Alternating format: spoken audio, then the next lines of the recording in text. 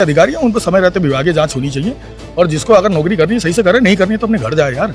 यहाँ लोगों का शोषण करने के लिए, लोगों को आत्महत्या में मजबूर करने के लिए शासन प्रशासन नहीं है। शासन को भी तहरीर दी गई है, जितने भी चौकी थाने के अधिकारी हैं उन पे तत्काल प्रभाव से उन्हें निलंबित करके उन पे कार्रवाई कर रहे हैं। काशीपुर से सुखवंत सिंह आत्महत्या मामले से जुड़ी बड़ी खबर सामने आ रही है, जिसमें परिवारजनों के द्वारा रखी गई मांगों को शासन प्रशासन द्वारा मान लिया गया। आपको बता दें, आज सुबह काशीपुर एसडीएम अभय प्रताप सिंह, एडिशनल एसपी स्वप्न किशोर सिंह मृतक किसान सुखवंत सिंह के आवास पर पहुंचे और परिवारजनों से बातचीत कर उन्हें निष्पक्ष जांच का आश्वासन दिया। इसके साथ ही परिवारजनों द्वारा रखी गई मांगों को भी प्रशासन द्वारा मान लिया गया है। साथ ही परिवार के साथ की गई बड़ी ठगी के मामले में भी प्रशासन द्वारा पूर्ण रूप से आश्वासन दिया है कि जल्द ही पूरी रकम की रिकवरी कर ली जाएगी और जो भी सहायता शासन प्रशासन द्वारा हो सकेगी वह पूर्ण रूप से परिवार को दी जाएगी। को जी हमारी दो मांगे जो प्रशासन ने मान ली हैं, एक है दोषियों पर ठोस कार्रवाई की जाएगी, प्लस जो हमारे पेमेंट की हुई है 3,80,00,000 वो रिकवरी करके हमें वापस करेंगे। इन्होंने 20 तारीख में यहाँ भोग है, 19 तारीख तक ये रिकवरी करने का दिलासा दिलाया गया है। अब कुछ इन्होंने 25% कर दिया है, कुछ 19 तारीख तक ये पूरा कर देंगे। उन पर सख्त से सख्त कार्रवाई के लिए कहा है। ये हमारे एसडीएम साहब काशीपुर के कि सख्त से सख्त कार्रवाई होगी, आपको इंसाफ मिलेगा। एक बेटे को बाप का, एक भैया को भाई का इंसाफ जरूर मिलेगा। एसडीएम साहब ने हमें आश्वासन दिया है। तो बिल्कुल सहमत है, हम फैमिली हमारी बिल्कुल सहमत है। थोड़ा बता दूं जो परिवार की सहमति बनी है, क्योंकि भाई उस तरीके से बता नहीं पाया क्योंकि चीज़ें कई हो जाती हैं। इसमें क्या है, प्रशासन को भी तहरीर दी गई है, जितने भी चौकी थाने के अधिकारी हैं उन पे तत्काल प्रभाव से उन्हें निलंबित करके उन पे कार्रवाई कर रहे हैं और जितने लोगों के भी नाम हैं उन पे मुकदमा दर्ज करके गिरफ्तारी कर रहे हैं, जितने भी लोगों के नाम हैं।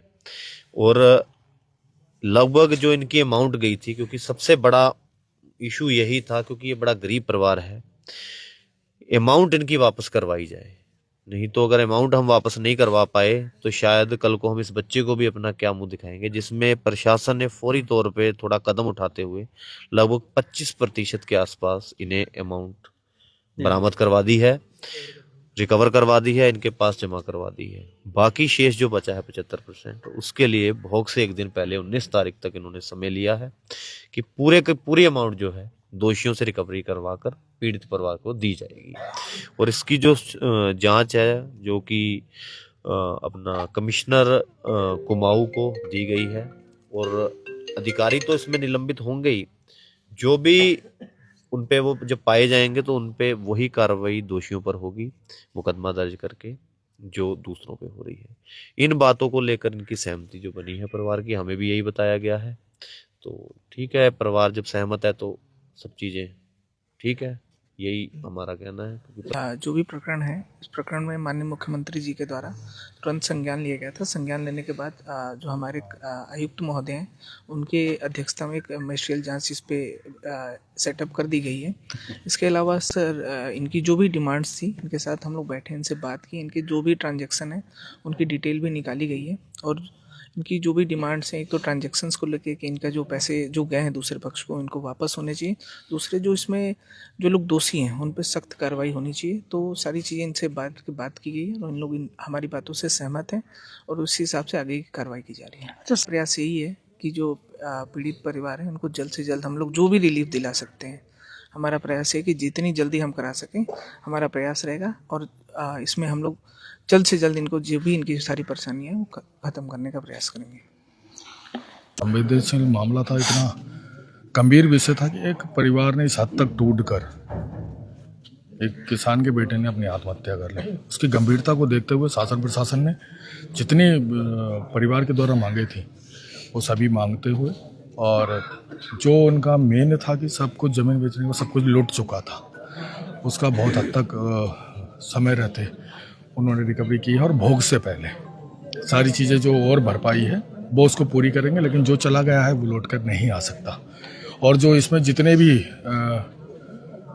विभाग के अधिकारियों पर गंभीर आरोप लगे, जो पुलिस अधिकारी हैं, उनको तत्काल प्रभाव से उन पर कार्रवाई करते हुए उनको निलंबित करने की कार्रवाई जारी है। और मुझे पूर्ण विश्वास है कि जो विश्वास इस पूरे प्रकरण में शासन प्रशासन से उठा है उसको पुनः स्थापित करने के लिए सख्त कड़ी से कड़ी कार्रवाई करने की आवश्यकता थी। बहुत समय रहते प्रशासन ने और माननीय मुख्यमंत्री जी द्वारा कराई गई है, ताकि भविष्य में कोई भी ऐसा अधिकारी जो अपनी मानवता खो चुका है, मुझे लगता है उसको उत्तराखंड देवभूमि में रहने की जगह नहीं है।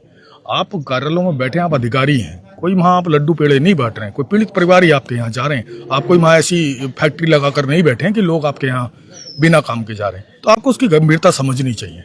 और कुछ लोग मठाधीश बन के यहाँ बैठे हुए हैं, तो मुझे लगता है कि ये नौकरी हो सकता है 2-4 दिन की हो, 2-4 साल की हो, उसे आजीवन नहीं है।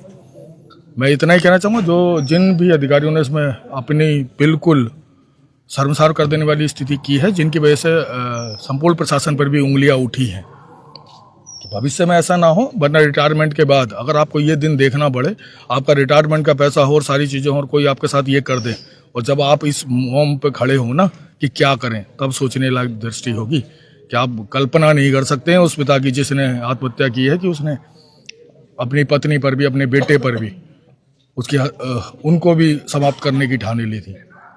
मतलब उसके जो शब्द हैं वो आज भी झंझोर के रख देते हैं। लेकिन समय रहते जो कार्रवाइयाँ हुई हैं उनके लिए शासन प्रशासन का और माननीय मुख्यमंत्री जी का धन्यवाद है। और मैं इतना ही कहना चाहूँगा कि कोई भी इस पूरे जिले में, पूरे जिले क्या पूरे उत्तराखंड देवभूमि में इस प्रकार के अधिकारी हैं, उन पर समय रहते विभागीय जांच होनी चाहिए। और जिसको अगर नौकरी करनी है सही से करे, नहीं करनी है तो अपने घर जाए यार। यहाँ लोगों का शोषण करने के लिए, लोगों को आत्महत्या में मजबूर करने के लिए शासन प्रशासन नहीं है।